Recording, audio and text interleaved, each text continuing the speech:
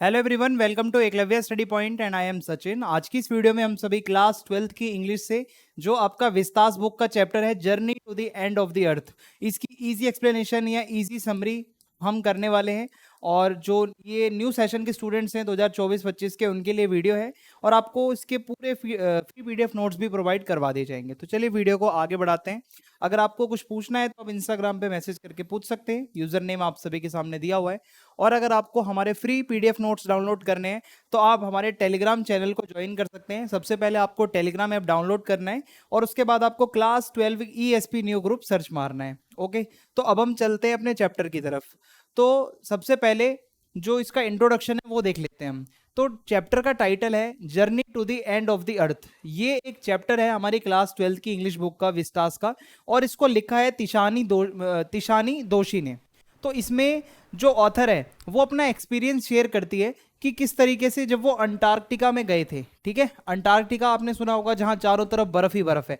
तो वहां पे जब वो गए थे तो उनका एक्सपीरियंस कैसा रहा, अंटार्कटिका के आसपास का एनवायरनमेंट कैसा था, वो हमें इस चैप्टर में देखने को मिलेगा। और ये हमारे ऑथर हैं तिशानी दोशी जी। ठीक है, तो आगे बढ़ते हैं अब हम। ये अंटार्कटिका की एक फोटो है जो आपको बैकग्राउंड में नजर आ रही होगी। ठीक है, ये चारों तरफ बर्फ बर्फ बर्फ, एकदम ग्लेशियर्स आपको चारों तरफ देखने को मिलेंगे यहाँ पे। तो अब हम समझते हैं। और ये भी ग्लेशियर है, देखो ये ग्लेशियर है। अब होता क्या है ना, जैसे जैसे ग्लोबल वार्मिंग बढ़ती जा रही है तो ये अंटार्कटिका के जो ग्लेशियर हैं, बड़े बड़े जो आप कह सकते हो बर्फ के पहाड़ हैं, ये पिघलने लगे हैं धीरे धीरे, ये मेल्ट हो रहे हैं। ठीक है, और ये बहुत ही ज्यादा कंसर्निंग है। तो हमारा चैप्टर कहीं ना कहीं इसी से ही रिलेटेड है। ये जो क्लाइमेट चेंज हो रहा है, ये जो ग्लोबल वार्मिंग हो रही है, इसी से रिलेटेड हमारा चैप्टर है। तो देखो, सबसे पहले ये जर्नी स्टार्ट कैसे होती है अंटार्कटिका तक जाने की, वो हमें समझना है। सो जो ऑथर है तिशानी दोशी, वो अपनी एक जर्नी तय करती हैं अंटार्कटिका की, और उसके लिए वो एक रशियन रिसर्च वेसल। अब ये रशियन रिसर्च वेसल क्या होता है, पहले आप फोटो से समझो। ये जो आपको बैकग्राउंड में बड़ा सा जहाज नजर आ रहा है, ये एक रशियन वेसल है। ठीक है, जो, और ये रशियन रिसर्च वेसल है। जो भी स्टूडेंट्स रिसर्च वगैरह करने के लिए कहीं जाते हैं तो वो इसका यूज करते हैं। ठीक है, तो ये एक रशियन रिसर्च वेसल है और इसका एक नाम है। अब इसका नाम क्या है वो याद रखना, द अकेडमिक शोकल्स्की। ठीक है, ये इसका नाम है जो बड़ा सा जहाज था। सो इसमें तिशानी दोशी जी के साथ पूरा ग्रुप था स्टूडेंट्स का और टीचर्स का, जो कि जाते हैं स्टूडेंट ऑन आइस नाम से प्रोग्राम के लिए। स्टूडेंट ऑन आइस का मतलब है जो अंटार्कटिका है उसमें आइस है चारों तरफ, तो जो स्टूडेंट्स हैं जितने भी, वो इस प्रोग्राम पर जा रहे हैं अंटार्कटिका को एक्सप्लोर करने। तो इस प्रोग्राम का नाम भी यही रख दिया गया, स्टूडेंट ऑन आइस। और ये क्या है, रशियन रिसर्च वेसल है। ठीक है, जिसमें बैठ के वो सभी लोग जाने वाले हैं। अब आगे देखते हैं क्या है। तो ये जो जर्नी है इन सभी स्टूडेंट्स की, ये स्टार्ट होती है सदर्न इंडियन ओशियन से। अब आपको पहले तो ये पता होना चाहिए कि इंडियन ओशियन है कहां पे। तो देखो, ये वर्ल्ड मैप है और ये हमारा इंडिया है और इसके जस्ट नीचे इंडियन ओशियन है। तो आपको नाम से पता चल जाएगा इंडियन ओशियन, यानी कि इंडिया के बिल्कुल जो नीचे वाला ओशियन है सदर्न ओशियन है, और यहां से ये जर्नी स्टार्ट होती है। ठीक है, अब इनको जाना है अंटार्कटिका तक। ठीक है, तो आपको इतना तो समझ आ गया होगा कि ये लोग यहां से स्टार्ट होते हैं। अब हम आगे समझते हैं क्या लिखा हुआ है। तो सदर्न इंडियन ओशियन से जर्नी स्टार्ट होती है और यहाँ का रास्ता बहुत ही रफ था, यानी कि ये समझ लो बहुत, आप समझ लो बहुत आंधी तूफानों का सामना करना पड़ा इनको। और फिर वो इवेंचुअली पहुंच जाते हैं एक ठंडे और एक बैरन, बैरन यानी कि जहाँ पे कोई ना रहता हो, और वो है अंटार्कटिका, यानी कि बहुत ही ठंडा एरिया है, पूरा बैरन है, वहां पे कोई भी नहीं रहता ऑलमोस्ट। वहां पे सिर्फ आपको वहीं के जीव जंतु मिलेंगे, ह्यूमन मतलब है ही नहीं वहां पे, आप समझ लो। तो ये देखो, अभी आपको फोटो दिखा रहा हूं मैं, ये आपका अंटार्कटिका है। ठीक है, ये क्या है, एक फ्लैट वाला वो है आपका मैप। आप जब इसको राउंड कर दोगे तो यही अंटार्कटिका ऊपर यहाँ पे आ जाता है। ठीक है, तो ये आपका अंटार्कटिका है। यहाँ से ये लोग स्टार्ट करते हैं और इनको यहाँ तक आना है। तो ये इनकी पूरी जर्नी है। अंटार्कटिका में सिर्फ बर्फ ही बर्फ है।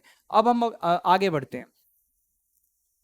तो देखो, अंटार्कटिका एक कोल्डेस्ट यानी कि बहुत ज्यादा ठंडा, विंडीएस्ट यानी कि हवाएं बहुत चलती हैं, वो भी बर्फीली हवाएं, और ड्राई, वहां का जो जो मौसम रहता है वो हमेशा ड्राई रहता है, बहुत ज्यादा ड्राइनेस रहती है। ठीक है, सबसे ज्यादा ठंडा अगर कोई कॉन्टिनेंट है हमारे अर्थ पर तो वो अंटार्कटिका ही है। और ये आप समझ लो कि पूरा एक तरफ एकदम से फैला हुआ है, बर्फ ही बर्फ फैली हुई है चारों तरफ। ठीक है, और ये उसका फोटो है जो मैंने अभी आपको पहले भी दिखाया था कि आप बर्फ के अलावा और कुछ दिखेगा ही नहीं। या तो थोड़ा सा पिघला हुआ कोई ग्लेशियर दिख जाएगा या आपको बर्फ दिखेगी, इसके अलावा और कुछ यहाँ पे नहीं दिखेगा, हरियाली वरियाली कुछ नहीं है यहाँ पे, ठीक है, क्योंकि बर्फ है पूरी। अब ये जो कॉन्टिनेंट है ये बहुत आइसोलेटेड है। आइसोलेटेड का मतलब जो नॉर्मल जगहों से बहुत अलग होता है, अलग थलग होता है, ठीक है। और इसकी कंडीशंस बहुत ज़्यादा एक्सट्रीम है, यानी कि यहाँ पे आप ज़्यादा सर्वाइव नहीं कर सकते। और लेकिन ये है कि जो साइंटिफिक रिसर्च वगैरह करने वाले लोग आते हैं उनके लिए बहुत आइडियल जगह है, क्योंकि शांति है, सुकून है, कोई डिस्टरबेंस नहीं है। और अगर आपको अर्थ के बारे में जानना है तो आप अंटार्कटिका में जा सकते हो रिसर्च पर्पज से। आपको अगर क्लाइमेट चेंज को अपनी आंखों से देखना है कि ये जो ग्लोबल वार्मिंग का क्या नुकसान हो रहा है, तो आप अंटार्कटिका में जाके देख सकते हो कि आपको ग्लेशियर पिघलते हुए दिखेंगे, बर्फ के पहाड़। वो ही एक सबसे बड़ा सिग्नल है कि भाई हाँ, अर्थ का टेम्परेचर जो है वो रेज हो रहा है। ओके, अब हम आगे बढ़ते हैं। तो अब अगर आप यहां पे देखोगे तो ये एक और फोटो है। अब क्लाइमेट चेंज को समझते हैं क्या है। क्लाइमेट चेंज का इंडिकेटर है जो हमारा अंटार्कटिका है। Antarctica plays a crucial role in understanding climate change. अगर आपको क्लाइमेट चेंज समझना है तो अंटार्कटिका उसमें बहुत क्रूशियल रोल प्ले करता है। और जो ऑथर तिशानी दोषी हैं वो बताती हैं कि how the polar ice caps contain about 70% of the world's fresh water. हमारी दुनिया का 70% जो फ्रेश वाटर है वो यहाँ की जो आइस कैप्स होती हैं, ठीक है। आइस कैप्स क्या होती हैं, देखो ये छोटे छोटे से जो बर्फ के टुकड़े हैं ना, ये आइस कैप्स हैं। और ये फ्रेश वाटर है। दुनिया का 70% फ्रेश वाटर यही अंटार्कटिका की आइस कैप्स में समाया हुआ है, जो आपको नजर आ रहा है अपने सामने, ठीक है। अब आगे बढ़ते हैं। The melting of these ice caps, ये जो आइस कैप्स मैंने आपको दिखाई ये मेल्ट हो रही हैं, यानी कि पिघल रही हैं। जैसे जैसे ग्लोबल वार्मिंग बढ़ती जा रही है ये आइस कैप्स पिघलती जा रही हैं, ठीक है, क्योंकि ग्लोबल टेम्परेचर जो है वो बहुत ज्यादा राइज हो रहा है।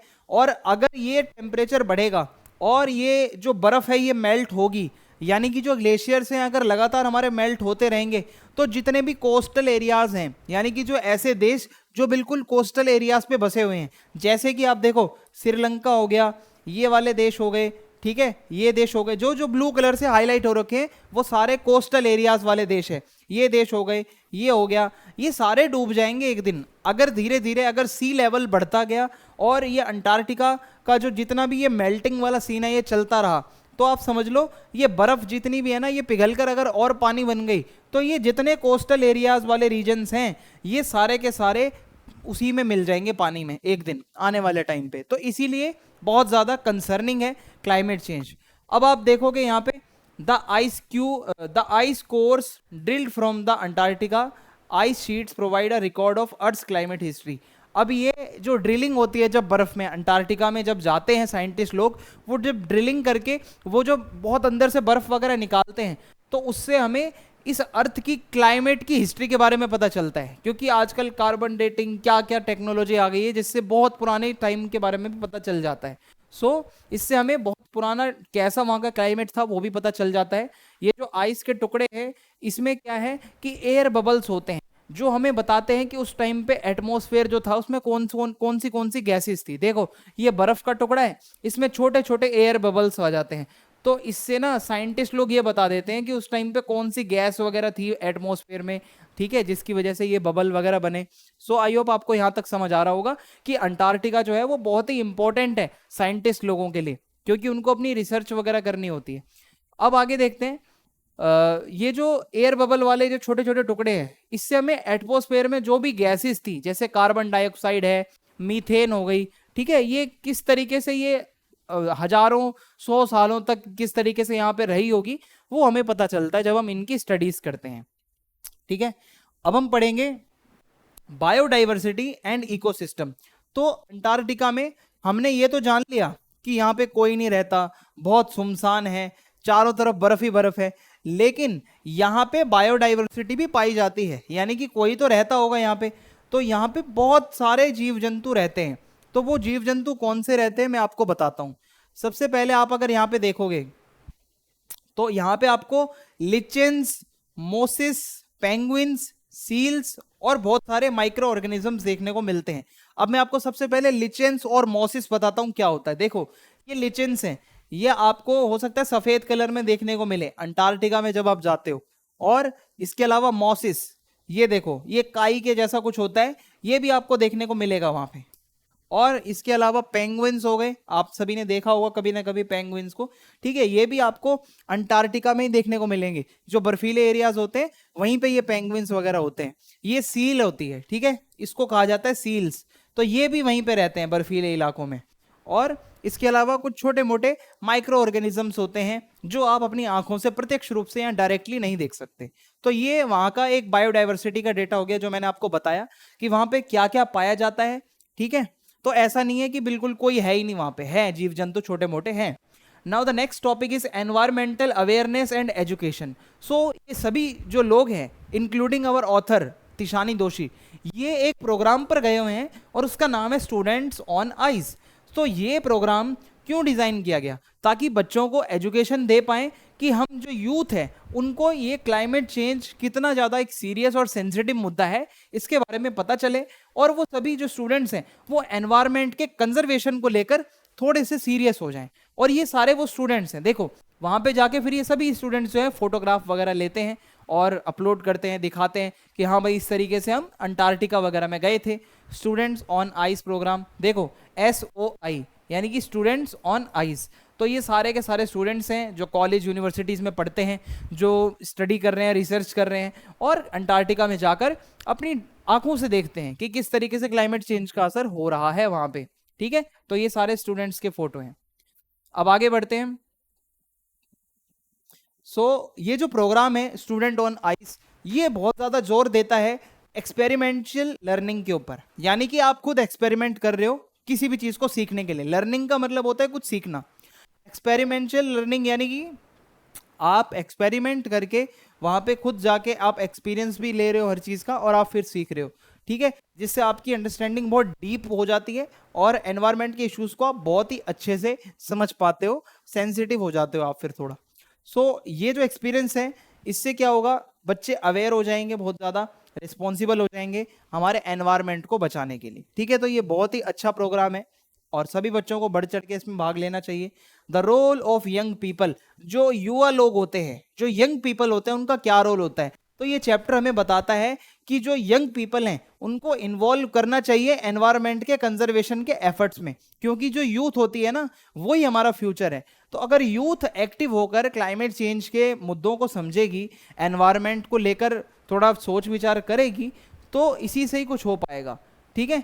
आपने देखा कि बहुत ज़्यादा अंटार्कटिका का जो आप कह सकते हो एनवायरनमेंट है वो प्रिस्टीन है और फ्रेजाइल है, यानी कि वहाँ पे बहुत ही मतलब आप देखोगे ना बहुत फ्रेजाइल है वो जगह, कि वहाँ पे एक तो कोई ज़्यादा पॉल्यूशन वगैरह नहीं है, लेकिन आपको वहाँ पे क्लाइमेट चेंज का असर जरूर देखने को मिल रहा है। तो स्टूडेंट्स जो है ना, उनको जब आप अंटार्कटिका लेके जाते हो तो उनको अपनी रिस्पॉन्सिबिलिटी समझ आती है कि यार हमारा जो प्लेनेट अर्थ है उसके साथ बहुत बुरा हो रहा है। इतनी सुंदर जगह है, इतनी फ्रेजाइल जगह है, और यहाँ पे हो क्या रहा है कि ये मेल्ट होती जा रही है, मेल्ट होती जा रही है, और वहाँ का जो पूरा क्लाइमेट है वो चेंज हो रहा है, ठीक है। तो स्टूडेंट्स को ये चीज़ें जानना बहुत ज़रूरी है।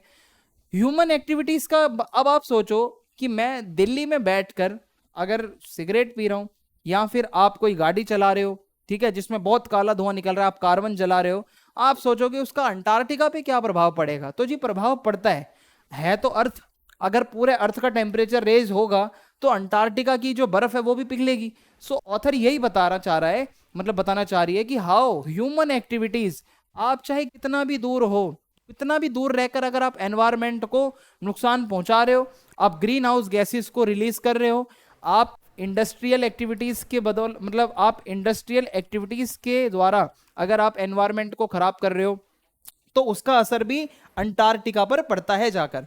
तो ये बताना मतलब जो ऑथर है ये बताना चाहती है कि जो हमारी ह्यूमन एक्टिविटीज होती हैं वो भी बहुत हद तक रिस्पॉन्सिबल हैं। देखो ये जो धुआं निकल रहा है, आप सोचोगे ये मान लो सिर्फ दिल्ली में है तो इसका अंटार्कटिका से क्या लेना देना, जी ऐसा नहीं है, लेना देना है।